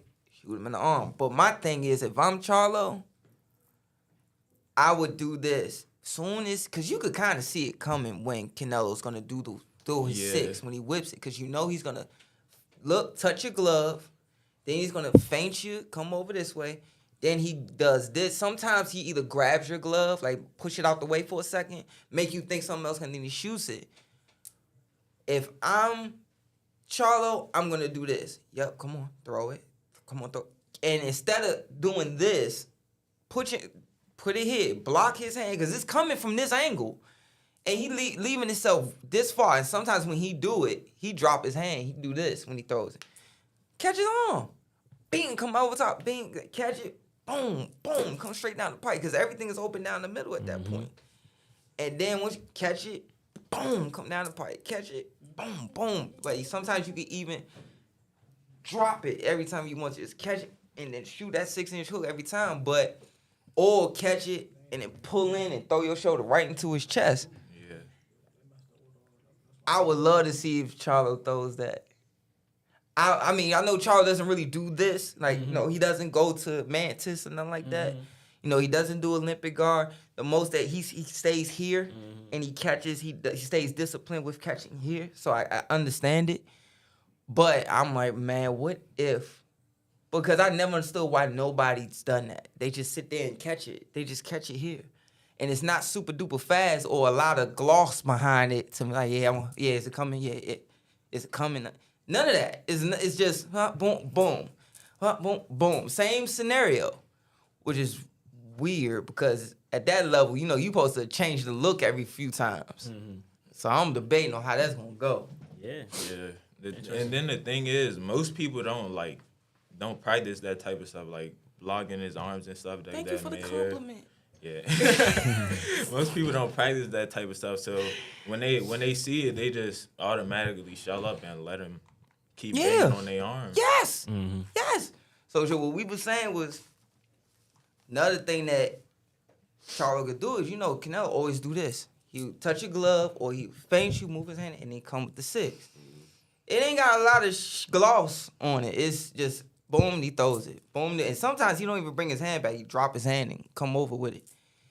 Charlo can sit there instead of, you know, Charlo's disciplined from here and he catches like this, which is great. But it ain't super duper fast with Canelo throwing, so why not just sit there and catch it and put your hand right here? Because it's coming wide anyway. Boom, catch it and then shorten that hook right off of it. Boom, or throw or catch it and dip your shoulder, throw right into his chest and shoot a short uppercut because it's every time he does it, he's wide. Everything is right here now. All this gap is there. But that go back to him being, I'm at 68 now, and I'm naturally bigger than him. Let's see if I can throw him around a bit. Because you heard what Canelo said. This is where he feels the best at. When him jumping 60, 68, 75, he said the best he feels, where he feels perfect at is 68. He looked the best at 68. So I want to see who wins. The first 4 rounds is going to be crucial to me because I want to see who going to win the jabs. Who going to win the battle of the jabs first. And if I'm Charlo, I'm throwing jabs like non-stop the first 3-4 rounds and putting my foot forward. And I'm feinting them to see if I can make them blink or anything just to see what. Come on, I want to see. Come on, feint. I want to see if you're going to blink. Come on. Oh, yeah, he blinking. Or if he pick it, does he do this? You know, Canelo sometimes he do this. He's starting to be weary of it. I want to see that. That's going to tell me what I need to know. I think Charlo going to come out fight like Bill. I think he gonna take a few notes. You from think him. So? Yeah. Because they styles are similar. He got Bill had a good jab, and Charlo can mimic that and get that 1-2-1, get that movement. And that probably is gonna give Canelo a problem. I think that's what's gonna happen though. Yeah. Y'all gonna see a lot of Charlo's gonna use some Bivol things, techniques and stuff. Tactics. Tactics. Dang, I didn't even say that. Good Got a point. question for Good y'all point. in the chat from Lou, light skinned Lou. What's up, Lou? Shout out, What's Mr. up? Lou. Got a question. We talked about it early in the show, but he said, "What's next for you guys?" What's next? Just grinding, man. Grinding, waiting for that next fight date. That's it. Just grinding. That's it. Yes, sir. Yeah, and for you, Dave. Hopefully should be back in October. At the might be the middle or the beginning. If all things go to plan. Indeed. I want to ask y'all about. I know it's been talked about a whole lot, man. But I haven't got you guys' studio opinion on the fight with Spence and Crawford. Whoa, before you do that, because it's the perfect scenario. What? So, and I want to ask you too, I've been dying to ask you, do y'all think Canelo done messed the money up a little bit for everybody else, for the fans? Messed the money You see how your face just went? No, I don't get it. All right, because... Talking about Canelo and Earl? Nah, but because with Jamel doing this for his brother, because his brother right now has to recover from other things, do y'all think, like, that basically set it up for now, like, okay, I got to go fight Canelo. Go make your money. That's a big, huge money fight. Go make your money. But everybody's looking at dang, Terrence want to fight Jamel, but now Jamel got to go fight Canelo. And then if he loses, we know for sure he ain't going to fight Terrence because he got to rest. I don't think it messed the money up. If anything, I think they might make more money depending on what kind of performance he going in and put up with Canelo. Okay. And then that's another huge fight. This is what we've been asking for. This year, boxing been crazy. We've been having big fight after big fight after big fight. About time. And the dudes is doing it, man. So to go up to 2 divisions and come back down to fight, Terrence, to get after him after your boy just lost in a crazy way, that's a huge fight. That's going to do numbers. Like, the media going to be all over that. For Jamel taking those risks, that's going to make a lot of money still.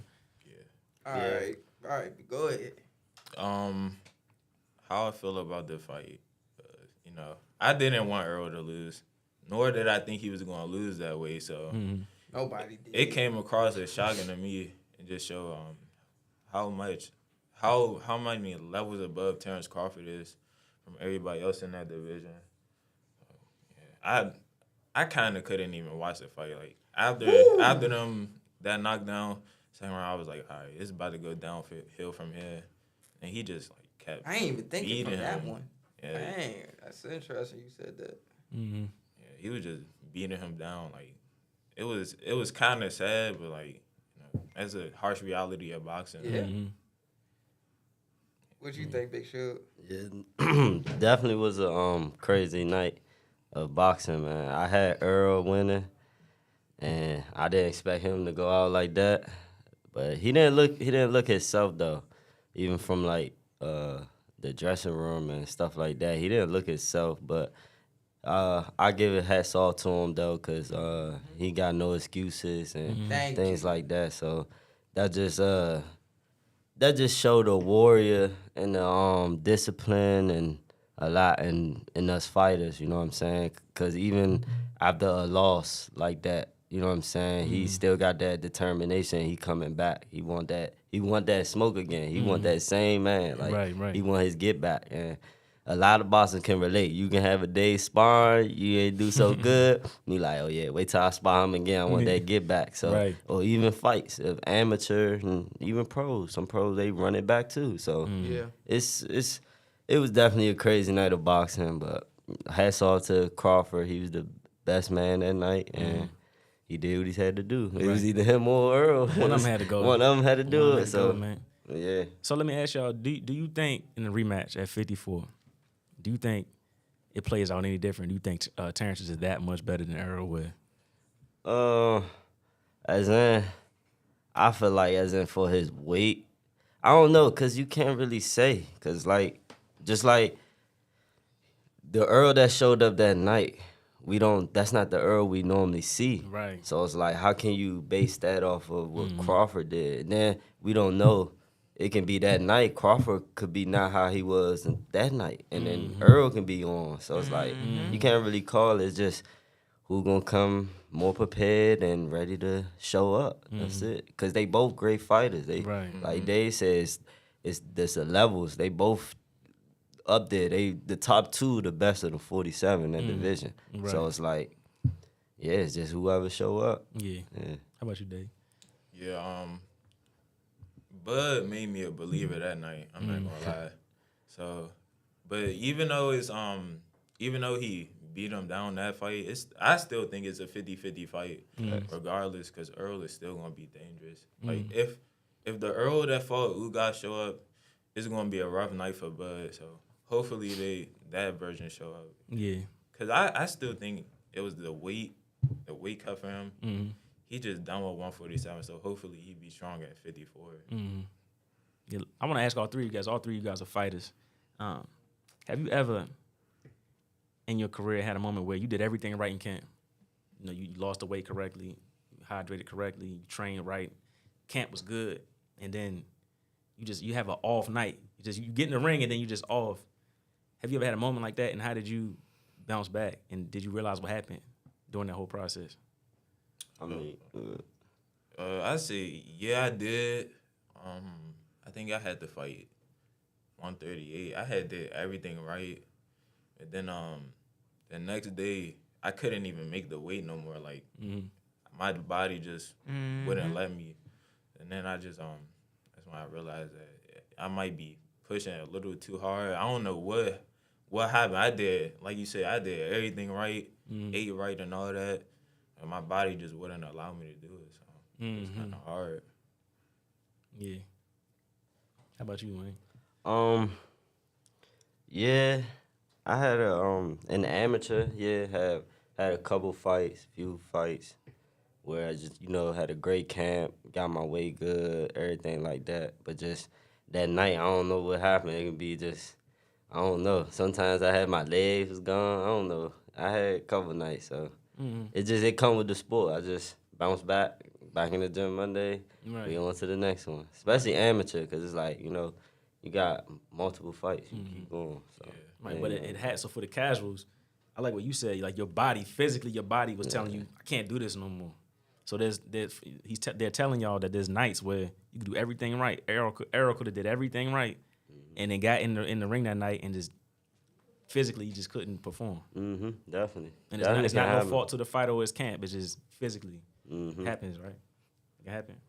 Yeah, I think I told you about when I tried to get down to 35 again. I couldn't do it. Matter of fact, I think Wayne was with me one time when I was trying to make 30. When he was a kid, I was trying to make 32 or something like that, and I wound up going in the hospital. And I came back. I couldn't do it. I just couldn't do it no more. I had to go up to 38. That was like, no, it wasn't 32. It was 26. That's ridiculous, man. And I was like 17.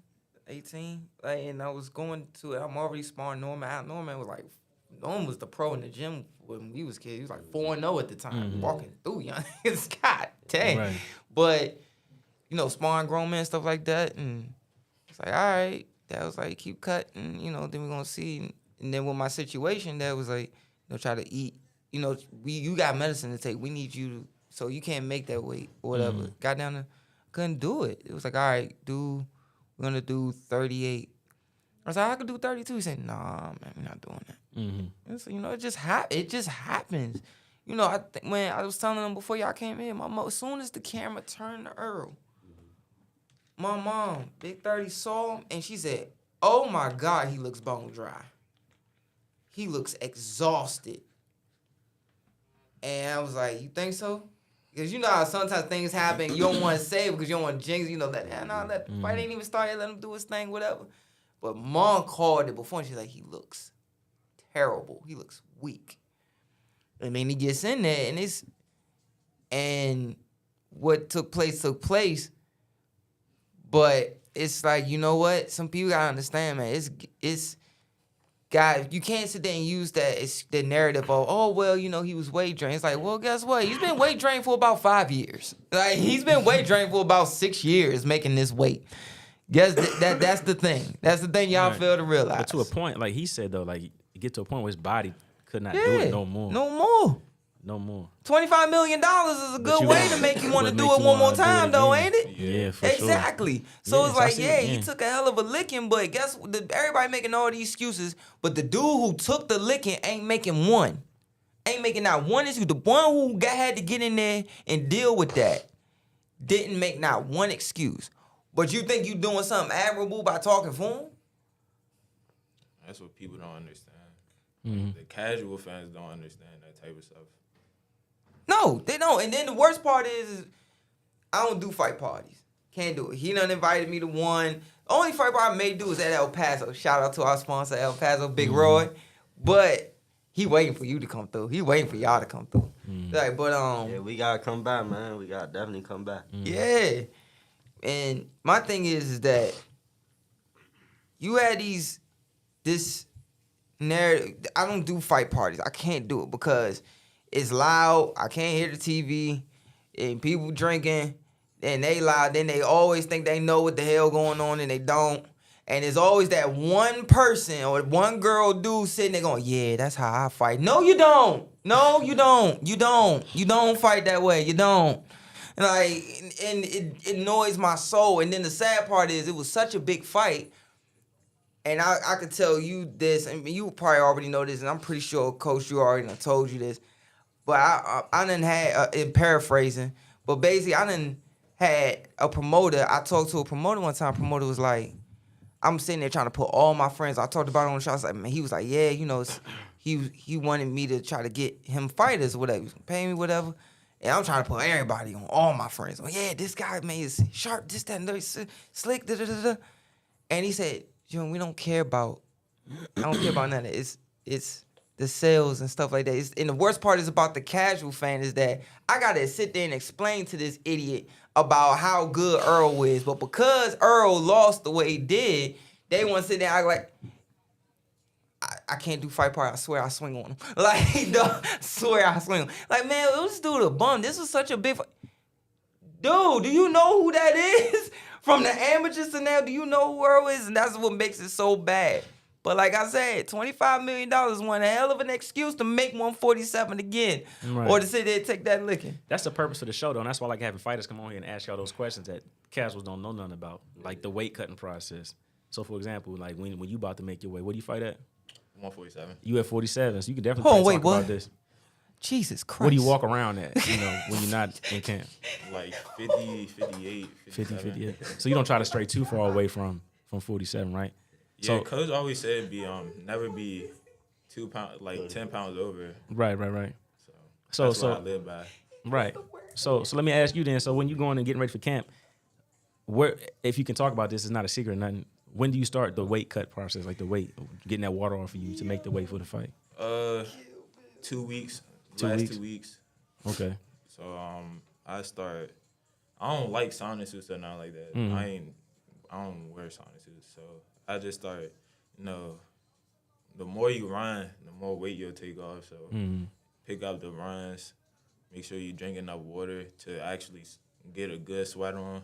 Mm-hmm. If I need to, I'll use some Abilene sometimes, but that ain't the case most of the time. Mm-hmm. And then just working hard, that'll get the weight off. Yeah. And eating clean, eating right. And it's just simple stuff like that, but you gotta be disciplined enough to do it. Mm-hmm. And then, so you weigh in for, you say you make weight. What's your rehydration process, and what do you go into the ring at? If you can talk about that. Oh man, rehydration process. As soon as I step off the scale, I got the Pedialyte, the advanced care. Mm-hmm. I got 2 of them. I got my Gatorades, got my Powerades and all that, my waters. I try to eat at least 3 meals after, and by the time I get in the ring, I'll probably be back to my normal weight. I might even be more than that actually. Yeah, that's how I be feeling. So and then I never have to worry about like none of that stuff like that because I'm young. I'm gonna be at this weight class for a minute, so hopefully I don't never have to go through like no draining process of making weight. Mm-hmm. Yeah, but that's the thing. You young, so when your body fill out and like your man muscle and frame come in a little bit more, it might be a little harder to make 47 for you. Yeah. So do you plan on going like 54 and going up from there? Yeah, because I got the height and size too, so it'll be easier for me and advantage for me. Other than some people, like it might be, let's say like 5'8", like Sean Porter height. He's small for his weight class, so it'll be people like him coming down, can't make the weight no more. They go to 54 and see somebody like me that's like tall, as easily make the weight and give them a hard time. Right, because you're comfortable. How about you, Wayne? What's your cut process and rehydration process? I fight 22. I'll be walking around like 132, 132 on a good day. So I just be like they said, I don't wear no sauna suits. I don't even use Abilene. I just pick up on my runs, eat clean. Shout out Jules Cafe. Jules Cafe. Yes, sir. So, you know what I'm saying? Just work hard, man. We just be working hard. We constantly working hard, so it's not really hard to drop the weight. You don't never had no problems. None of our teammates. So. That's what's up. Yeah. See, I don't really have like a dramatic weight cut story where it's like I had to sit in the tub with the Vaseline on and nothing crazy like that. No, not at all. Just long runs. Maybe had a couple days, might be hungry, you know what I'm saying? But at the end of the day, it'd be all worth it because it'd be the end result. Right. That's it. Yeah. So through the rehydration process, because even though you're only cutting 10 pounds, you probably still feel depleted, right? Yeah. So then once you rehydrate, is it more of like your brain function starts to lighten up more? You feel better like up here? I mean, yeah, because it'd be like, you ain't thinking about food no more, stuff like that. So it's you feel more free. You know what I'm saying? Then you feel good, feel strong. everything just, especially if you do everything right. And then it's not like once we make the weight, we just go and eat a whole bunch of junk. We still eating clean food. Yeah. You know what I'm saying? Right. That's so it's what like, for the casuals. Y'all gotta listen what they talking about. So it's still everything's still clean at the end of the day. Right. So, yeah. I All the got you. I fried got you. food and stuff that come after. Yeah. You know that after you win, your stomach shrinking already. It's gonna be a bad night for you. Bad night. Yeah. No seafood, none of that. You don't want that. Right. Still eat clean. Yeah, clean. Like pasta stuff like that. Yeah. Breakfast, stuff like that. Okay. You about to say Yeah, something? like it's if you running like you supposed to be running, and you doing the work like you supposed to be doing the work, and you stay in the gym, the weight coming. Like people get this misconception that, like I saw Gilbert Arenas, and it was Gilbert Arenas and Kenyon Martin, like Gilbert Arenas show. These are basketball players, and they like, why did Earl cut from like one? Kenyon Martin was telling, a little bit about boxing, so he was like, yeah, he cuts from 170 or whatever down to 146. He's like, wow, that would make me weird. I'm like, no, boxing is about fighting at your lowest effective weight. So what you do is you lose the weight to like, okay, this is where I feel where I could lose to and be the sharpest, strongest, fastest, not sluggish, whatever. If you're not gonna sit there and cut starting camp, whatever. Some guys, like, they running a certain way, they weight hits a certain target or whatever as they're going down, and they get to a certain level. You see Dave shaking his head. Like, you just doing what you're supposed to do. You know where your weight's gonna be at. You know how it's gonna trim down. But you do have certain fights. Like, for instance, when Floyd fought Chico Corrales. Chico was eating a lot and was at like 185 or something like that, and was cutting down to 135. And so basically that whole camp was fat camp because he has to cut it so much at such a difficult time. Same thing with Bro Duran to cut the weight in the second fight with Leonard. So it just happens. Sometimes it goes that way. Brandon Rios was notorious for cutting 30, 40 pounds, getting down to 35, and then rehydrating to 159. So it's just, but if you doing the right things and you in the gym properly and you doing your road work, your weight you trust me, the weight's gonna come off and you're gonna have it all the right way.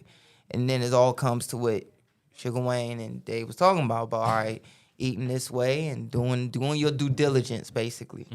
That's all. Indeed. I hate I had to explain that. But you have to, because a lot of people still don't understand it. Like, people ask me, I'm like, I really don't know because I'm not a fighter. If I can ask these guys and get the answer for you, you know what I'm saying? So that's why I ask y'all those type of questions, because a lot of the casuals, they don't have the respect for the sport because they don't know what's going on behind the closed doors. Yeah, just like any other sport, you gotta eat healthy. Even when you ain't got a date, you want to still eat clean. You don't want to still you might have a few days, a day out the week. One day, a little cheat day. Enjoy yourself, you know what I'm saying? Especially after you done had a tough, hard week of sparring or anything like that, you know what I'm saying? Enjoy yourself. But at the end of the day, we right back clean. You got to stay clean because it's all the process, everything. So it's like, just everything got to be clean for real. Yeah, indeed, man. So, in y'all's opinion, where do y'all see Errol going next? Getting that rematch. Okay. That's the next. That's the next thing. I mean, he determined for it. And then you gotta think about it as a fighter, man. Especially getting beat like that too. That's like, man, I want that back. You got it ain't just he got something to prove too. So it's definitely more than just a win to him for real. Even if he lose, it might be something like he go to distance. You know what I'm saying? He didn't get stopped. You know what I'm saying? Still. This time he might call for eyes shut. You know what I'm saying? Then I gave you, you know what I'm saying? You lick back, Yeah, you know what I mean? So at the end of the day, they still got much respect for each other, but he want that get back. That was his first thing in the ring. He got out, everything. I want that back, yeah. He want that. Yeah. How about you, Dave? Yeah, same thing Wayne said, but then even if they do lose, they're not really losing for real. Like, if you know what I mean. Like, Right. They still getting good millions of dollars to feed their family and stuff like that. So, Generational wealth. yeah, it's a win-win situation for real, even if you still lose. That's how I feel about it. Yeah, for sure, man. Yeah, man, it's been a great episode with you guys. I want to appreciate you guys coming in here. Shout out to both of you. Thank you. Shout out to Coach Wayne. Shout out to Triple Threat Gym. He said Coach Wayne. Coach Wayne, I'm sorry. Coach. Not Coach Wayne. I'm looking at you. Your name is Wayne. I'm talking about Coach Wayne because you are Coach Wayne. You are Coach Wayne, though. Coach Drew. Coach Drew, man, at Triple Threat Gym. And Coach Wayne. Shout out to Coach Wayne, too, man, doing his thing. So where can they follow your fitness page again? Oh, my fitness page, Sugar Fitness 1. Okay. And, my regular IG, Wayne NBM. So that's Wayne Nancy Bravo Mary. Got you. Where can we follow you at, Dave? On Instagram at 202_Dave. It's Indeed. my only social media site. Okay. You guys have any shout outs you'd like to give? Yeah, shout out to the whole TTG team. Yes, sir. My TTG. mom, my dad. Shout out to y'all for having us. For sure. And everybody back at home. Mm-hmm. Yeah, I want to shout out Jules Cafe.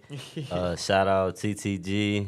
Shout out George Cafe. Yeah. Man. Her food, oh my God. I still got to get a plate. go man. I around. gotta get a plate. Man, the whole team, she feed the whole team, man. She make sure we be good, man, for real.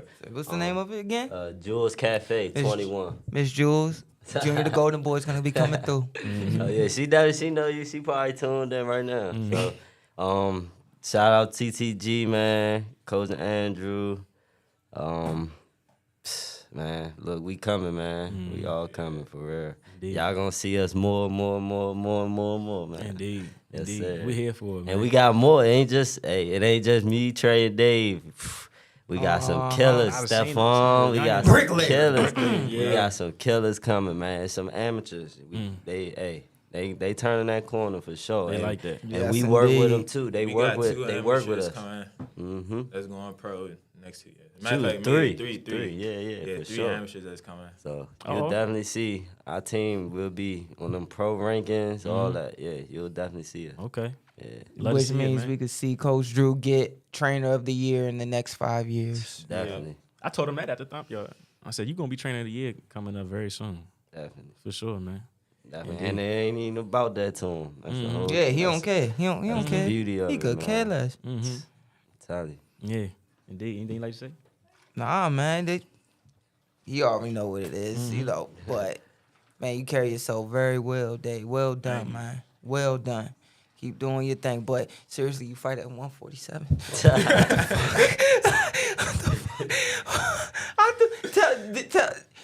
Tell him what I said when I was leaning this He way. said he thought you for 160. He said, good Uh-uh. crazy. You get to wear 8-ounce gloves? Wear 8 ounce. Yeah. Man, I quit. I'm out. Son. I'm out. Go ahead, wrap this shit up. I'm done. No. That's scary, Beastie man. Right there, man. That's scary. I watched your pro debut. I didn't get a chance to watch your last fight, but I did watch the pro debut, and I was like, ooh, he gonna be a problem. It's kind of like Mike Fox. That the frame and with the power too. Oh yeah, it's gonna be a problem, man. But before we let you go, the headphones, the Kenichi headphones, they sold out. Normally we give guys Wayne got a pair, right? Yeah. Wayne got a pair. We're gonna give you a pair too when the new ones release. All right, So we'll get you a new pair of headphones, and Kenichi Bad Slipping Kind of want to sponsor you for your next fight. oh yeah, Indeed. yes sir. Yes, sir, man. So I want to thank you guys coming on the show, man. Appreciate you, Wayne. It's always love. You, man. Yes, Brotherhood, sir. brotherhood. Yes, sir. Appreciate Always. y'all. Yeah, man. It's great. And if you guys ever want to come back on here again, man, holla at us, man, for sure. Definitely, Pre-fight, post-fight, just come through and just chop it up about boxing. We here for y'all. We here for the fighters in the DMV. This is the hub where y'all can come in and just get it off your chest. So whatever it is, Slipping Kind of here for y'all, man. That's a bad. Appreciate Indeed, that. man. Yeah. So I want to shout out to our sponsors up Paso Route 1. Shout out to Drew's Cafe. I still got to get a plate, man. Shout out Yes, to sir. TTG Gym, Yes, Coach sir. Drew, Coach Wayne, Yes, sir. Dave. They coming, guys. They coming. So make sure you guys stay tuned. Follow their social medias. Follow their career. And let's keep this ball rolling, man. Boxing's in a beautiful era right now. A beautiful sir. era. Yes, sir. And besides the top, there's guys at this level that's coming that going to make the sport even better. So let's tap in, let's lock in and support these guys while they're here, while you guys get a chance to know them. Make sure you guys, if you like what you saw, hit that subscribe button, smash the like button, go follow us, Slip Encounter, Instagram, Facebook, TikTok, Twitter. We there, man. We'll be back with you guys again. Thank you. Yes, sir.